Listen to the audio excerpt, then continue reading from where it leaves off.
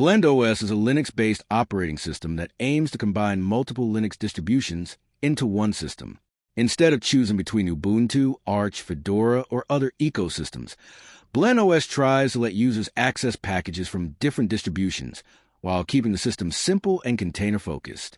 Sound impressive, but what's actually so special about it?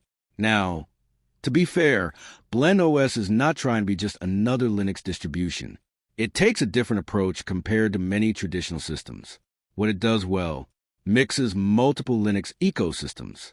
This is the main feature. Users can access software from multiple distributions instead of staying locked into one package source.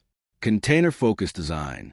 Applications can run in isolated environments, which may reduce conflicts where the hype falls apart. Compatibility is not perfect. This is the biggest issue. Combining multiple ecosystems can introduce unexpected behavior, not ideal for beginners. Linux newcomers may still face a learning curve. Smaller community compared to major distributions. Ubuntu, Fedora, and Arch have much larger support communities. So, what's so special about BlendOS? Short answer, flexibility.